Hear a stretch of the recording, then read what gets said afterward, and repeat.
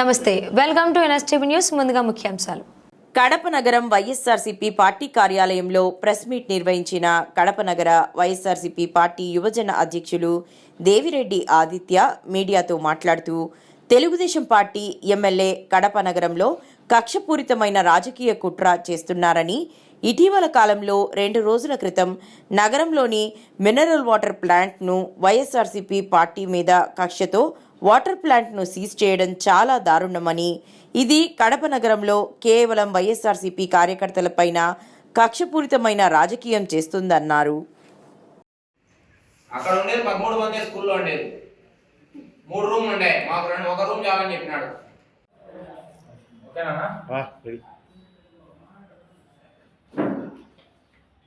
Okay. 2 రోజుల కిందట మన కడప జిల్లా టీడీపీ అధ్యక్షుడు అయినటువంటి వాసన్న గారు ప్రెస్ మీట్ పెట్టడం జరిగింది. ప్రెస్ మీట్ పెట్టి చెప్పడం జరిగింది ఏమంటే, ఇట్లా వాటర్ ప్లాంట్లు మీరు ఏ పర్మిషన్ లేకుండా పెట్టినారు, అదొకటే కాకుండా అక్కడికి మీరు వాటర్ ప్లాంట్లు వాడుకొని వచ్చే కరెంటు బిల్లులు ఏమో అక్కడ ఉండే స్కూల్ వాళ్ళే కడుతున్నారని చెప్పడం జరిగింది. అలాగే స్కూల్ వాళ్ళు కూడా అక్కడ అబ్జెక్షన్ చెప్పింటేనే మేము తీసేసినామని చెప్పడం జరిగింది. స్థానిక ప్రజలు కూడా మాకు వచ్చి కంప్లైంట్ చేయడం వల్లనే మేము ఇది తీయడం చెప్పడం, వాటర్ ప్లాంట్ అక్కడ నుంచి తొలగించామని చెప్పడం జరిగింది. అన్న మాట్లాడిన దాంట్లో ఒక్కటి కూడా వాస్తవాలు లేవు. ఎందుకంటే అన్న ఒక జిల్లా అధ్యక్షుడు కమ్ము పొలిట్ బ్యూరో సభ్యుడు కమ్ము ఎమ్మెల్యే గారి భర్త గారు కూడా ఇలా ఏ ఆధారాలు లేకోకుండా అబద్ధాలని ఆయన ప్రచారించడం చాలా తప్పు. ఎందుకంటే మాకు ఆధారాలతో సహా మీడియా ముందు మేము పెడుతున్నాము. ఇది మా తరఫు మా మీటర్కి సంబంధించింది. ఇది ఆదిత్య కుమార్ అని నా పేరు కూడా చూసిందో స్వచ్ఛంగా మీరే చూసుకోవచ్చు. అలాగనే అక్కడ ఉండే హెడ్ మాస్టర్ గారే మాకు నో అబ్జెక్షన్ సర్టిఫికేట్ ఇచ్చినాడు. దీంట్లో క్లియర్గా మెన్షన్ చేసినాడు 3 రూములు ఉన్నాయి. అక్కడ 3 రూమ్లో మాకు ఒక్క రూమ్ చాలు మా చిల్డ్రన్స్కి, ఎందుకంటే ఉండేదే 13 మంది దాంట్లో అని ఆయన క్లియర్గా మాకు మెన్షన్ చేయడం జరిగింది. జేఏపీ ఆయన ఏం చెప్పినాడు, మీరు వాటర్ ప్లాంట్ పెట్టుకోండి, మాకేం ఇబ్బంది లేదు అని చెప్పడం జరిగింది. ఇది కూడా 2019 టీడీపీ అధికారంలో ఉన్నప్పుడు ఇచ్చిన లెటర్, దీంట్లో క్లియర్గా మెన్షన్ చేసినాడు. దాని తర్వాత వీళ్ళు ఎలాగైనా కక్షతో ఈ వాటర్ ప్లాంట్లు తీసేయాలనే ఉద్దేశంతో అదే హెడ్ మాస్టర్ని భయపడించి భయప్రాంతాలకు గురి చేసి, నువ్వు ఎట్లయినా మాకు ఒక విధంగా మేము చెప్పిన స్టేట్మెంటే ఇవ్వాలా అని చెప్పడం కూడా జరిగింది. కానీ ఆయన ఒక ముస్లిం కాబట్టి, 5 పూట్ల నమాజ్ చదివే వ్యక్తి కాబట్టి అబద్ధం ఆడకుండా నిర్భయంగా నిజాన్నే ఆయన చెప్పడం జరిగింది.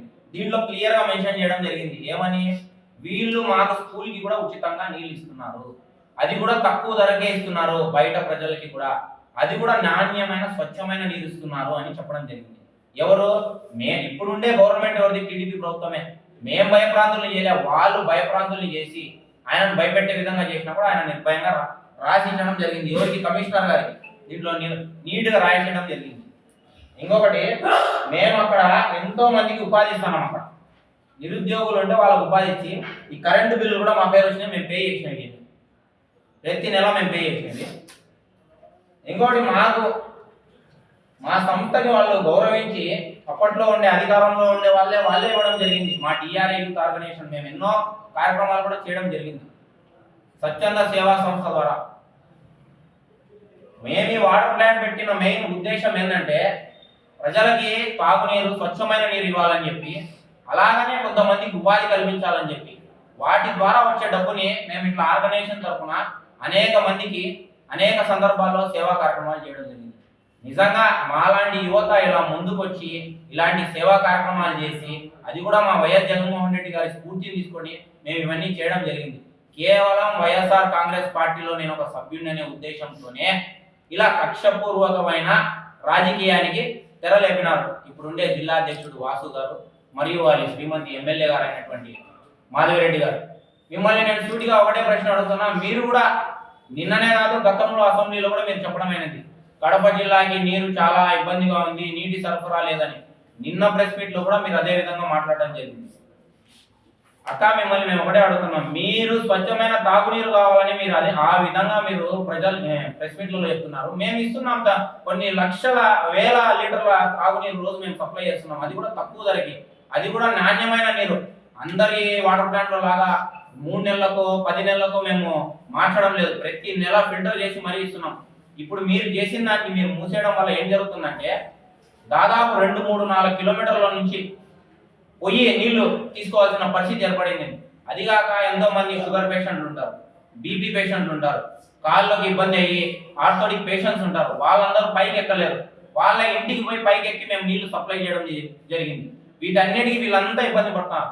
మీ మీ మీడియా ముఖంగా నేను ఒకటే అడుగుతున్నా, జిల్లా అధ్యక్షులు గారికి అలాగే మాధవిక గారికి, మీకు రాజకీయంగా కక్ష ఉంటే ఏదైనా రాజకీయంగా నేను ఎదుర్కోవడానికి ఎప్పటికైనా సిద్ధం, దానికి ఏం లేదు. కానీ మీకు రాజకీయ కక్ష అంటే ఒక వ్యక్తి పైన చూపించండి, అంతేగాని వ్యవస్థ పైన చూపించడం చాలా చాలా తప్పు. ఎందుకంటే మీరు ఇప్పుడు నన్ను ఇబ్బంది పెట్టాలనుకుంటారు. నేను ఇది కాకపోతే ఇంకొక చోట బతుకుంటా, నాకేం ఇదేం బతుకుతారు కాదు, ఇది నేను సేవా కార్యక్రమం.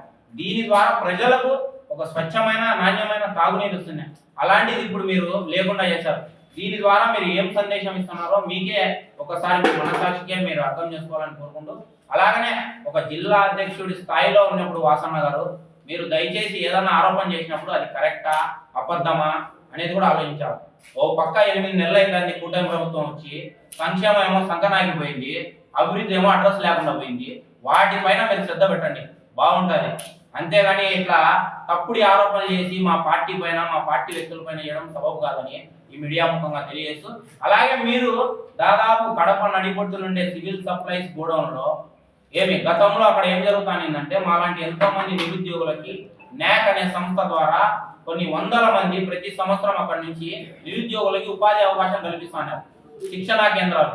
వాటిని మీ ప్రభుత్వం వచ్చిన వెంటనే అక్కడ కొన్ని వందల మందికి ఉపాధిని అందించే కేంద్రాన్ని తీసి తరలించేసి అక్కడ 2.5 ఎకరాల్లో మీరు టీడీపీ పార్టీ కార్యాలయం పెట్టడం జరిగింది. ఇది ఏమన్నా సబబా? మీకు నిజంగానే నిరుద్యోగుల పైన ప్రేమ ఉంటే, యువత పైన ప్రేమ ఉంటే మీరు ఆ విధంగా చేస్తారా? ఇప్పుడు 2.5 ఎకరాన్ని మీరు ఆక్రమించి 2.5 ఎకరాన్ని ఆక్రమించినారు, బాగుంది. కోర్టులో నుంచి ఏవేవో జీవోలు మీకు సొంతంగా పుట్టించుకున్నారు, బాగుంది. అక్కడ దాదాపు 50 నుంచి 60 లక్షలు విలువ చేసే స్క్రాప్ ఉంది. వాటిని ఏ టెండర్ ఏ పద్ధతి లేకోకుండా ఎవరు తీసుకెళ్లారు? ఇప్పుడు అవినీతి చేస్తా అనేది ఎవరు? మీరా మేమా? పట్టపగలు అందరూ చూసే విధంగా మీరే అవినీతి చేస్తున్నారు. మీరు అవినీతి గురించి మాట్లాడుతున్నారు జిల్లా అధ్యక్షుడు వాసన్న గారు. ఒకసారి యువత గురించి ఒక్కసారి